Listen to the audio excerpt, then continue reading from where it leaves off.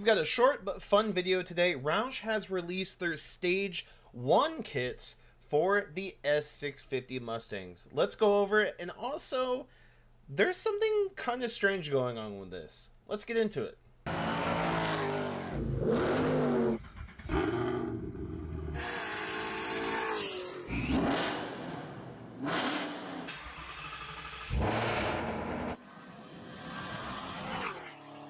Yes, you heard me right. The Stage 1 kits for the S650 Mustangs have come out and released for the Roush Superchargers. And they make some pretty solid power overall. It's kind of hard to see here, but it's around 630 wheel horsepower and about 491 pound-feet of torque. Now, stock, the car put down almost 400 rear wheel horsepower and 330 foot-pounds of torque. So that's a pretty substantial gain on the Stage 1 kit. And it's worth mentioning that it's very easy, no matter what company you're going with when it comes to supercharging, whether it's the Pro Charger, the Whipple, the Roush. It is actually pretty easy to add extra horsepower by adding high-flowing long tube headers, which is usually catless because you don't want the catalytic converters to fail and then the back pressure blowing your engine up.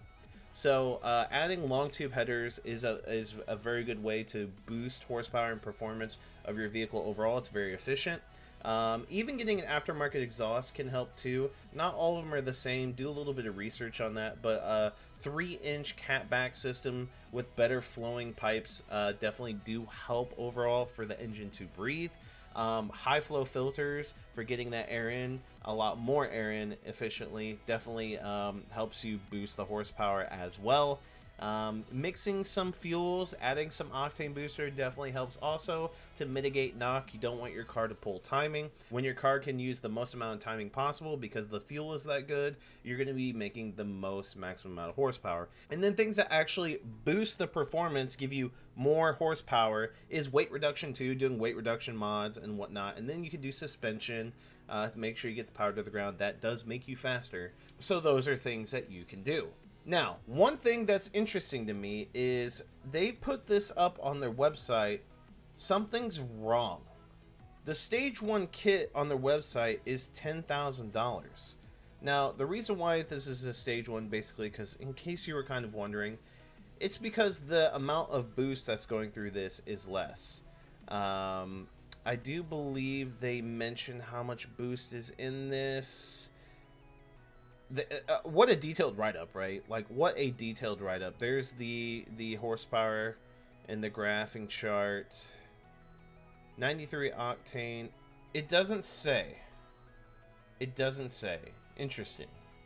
It doesn't say anywhere here, and I could have swore I saw this. It doesn't say anywhere what exactly the boost is. It's probably around 10 psi if I had to guess. Now, here's the thing. There is a 3-year, 36,000-mile limited powertrain warranty on this as well. Now, I haven't read into it. Everyone knows how Whipples works, and there's some funny things around it. If you go wide open throttle and something goes terribly wrong, they're going to deny your warranty. They're going to say, hey, you were at wide open throttle. What are you doing? Why are you hooning around? This is the reason why it failed, not because you're just driving around town, and your warranty does nothing. Don't believe me? Just do some research. Look at some of the forums. Look at some of the Facebook group pages. Look at some people's tried and true tribulations with that exact scenario, and just see what happened to that, okay? Don't come to me. Just look. Trust me. Now, I would imagine, no shade on Roush, that's going to be the same thing. You go wide open throttle at the track at the drag strip or in Mexico, something blows, you're screwed. You're screwed. So, in my opinion, the Phase 1 kit is fine because it should be cheaper than the Stage 2 kit, right? It should be cheaper. Right. No. Wrong. Stage 2 kit, same price. Just get the Stage 2 kit. This is ridiculous. There has to be something wrong here. I literally reached out to them. I haven't heard anything back. There's something wrong here. They messed up on their website.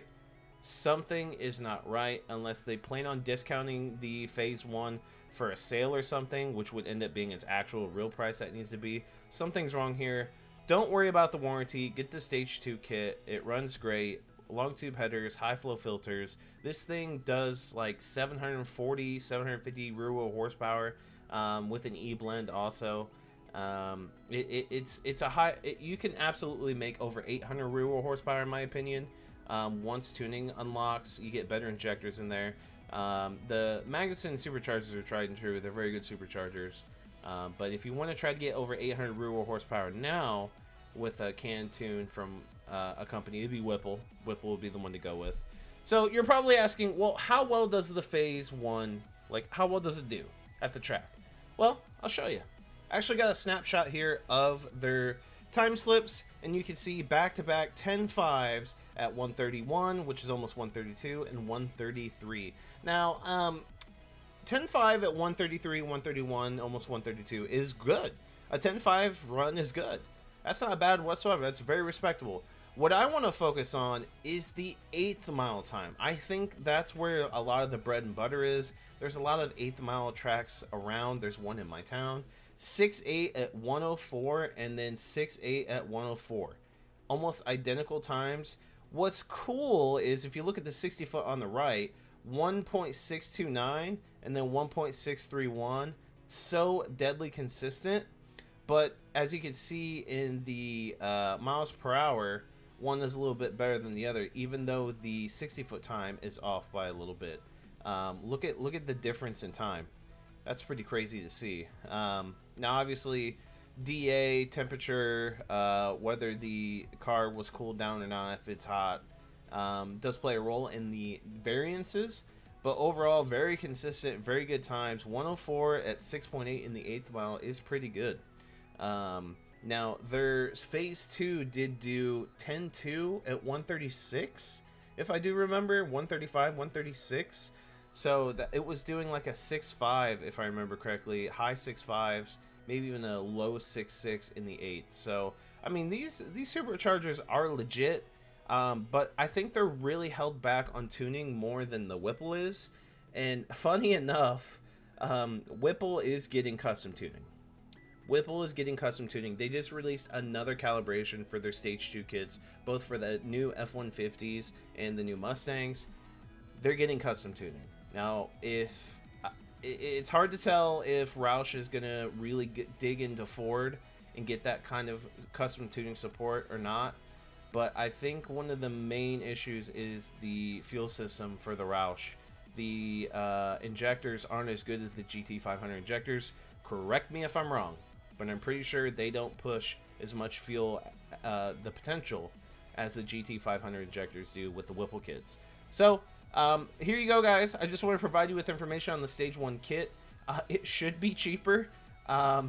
Maybe wait and see if you're a little interested in, not making all those gobs of horsepower, but, making a good amount, and you like the supercharger. It should be cheaper. Keep your eyes out on it.